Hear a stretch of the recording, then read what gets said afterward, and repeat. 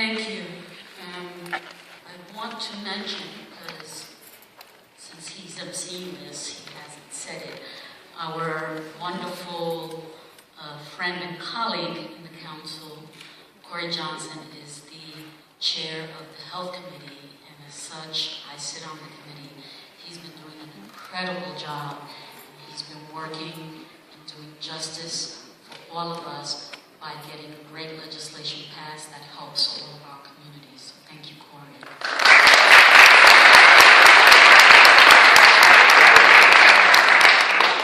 Now I have the honor to present the next proclamation to someone who I have not met, but certainly know the distinguished work as a woman in the City Council. We have always advocated for funding for this great organization, and today this organization is headed, Iris House is headed by an incredible woman called Ingrid Floyd.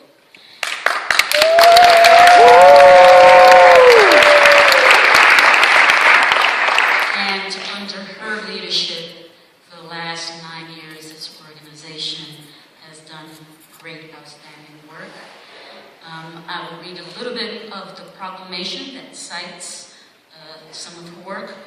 Whereas Ingrid Floyd has been the dynamic executive director of Iris House, the nation's first HIV/AIDS agency, dedicated to providing family-focused services to women of color infected and affected by HIV.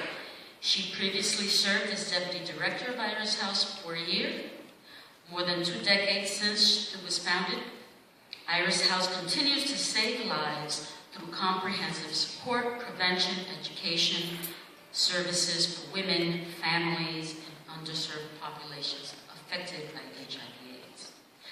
Whereas in her role as executive director, Ms. Floyd is responsible for administrative and fiscal oversight of the agency, its programs, and in 2010, she was able to secure $3.95 million in federal funding for a 5-year period.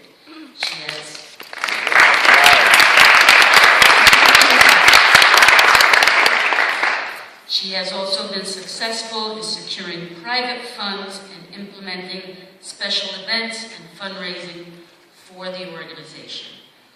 Whereas Ms. Floyd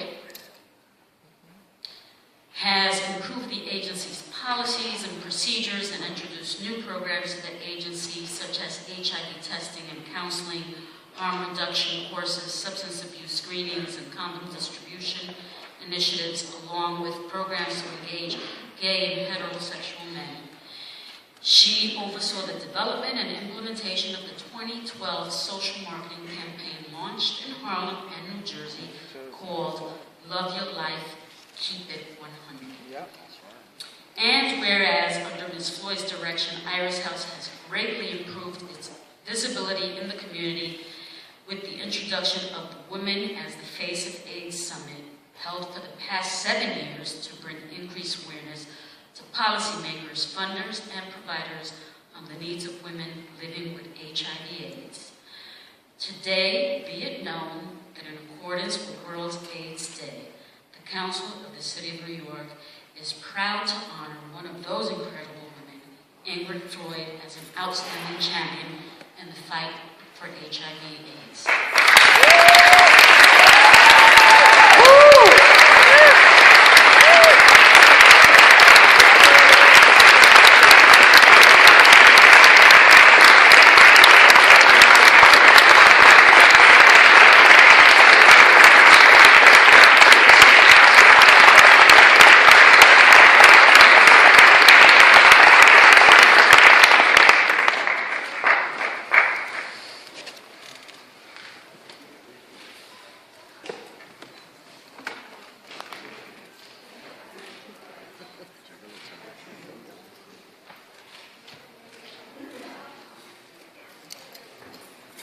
It is definitely a great honor to be recognized today by New York City Council by council members who have been fighting long and hard for the rights of people who are living with HIV.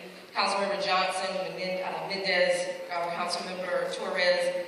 It's also just such a great honor to be on a panel of such great leaders who've been fierce leaders in the fight of HIV. Suki Quartz, who is a founding board member of Iris House. Charles King, whose shoulders I stand on constantly. Guillermo Chacon of the Latino Commission, and Thomas Horton for all the work that we've been doing and they've been doing to kind of get us where we are. Iris House, as mentioned, has been in the fight against HIV for over 21 years. Focused primarily in the beginning on women who are living with HIV, who are still such a forgotten population.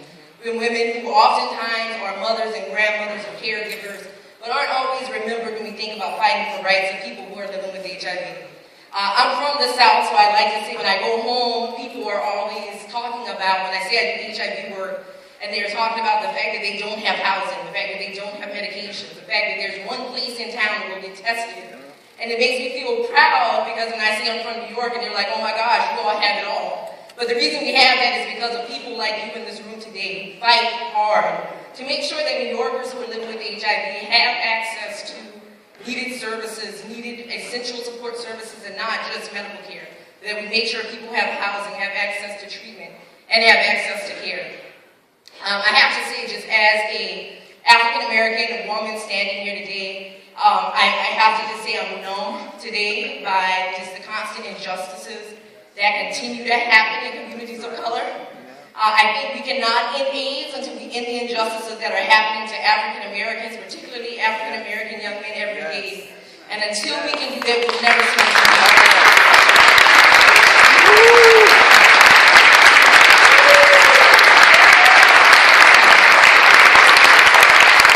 I applaud City Council and all the work that you all continue to do in this fight. I thank you all for the support that you continue to give Iris House and the work that we do. I thank my staff and my board and family and friends who are here to support. But keep in mind, Black Lives Matter. And that's so right. Until we can end the injustices, we'll never see any days. That's right. Thank you.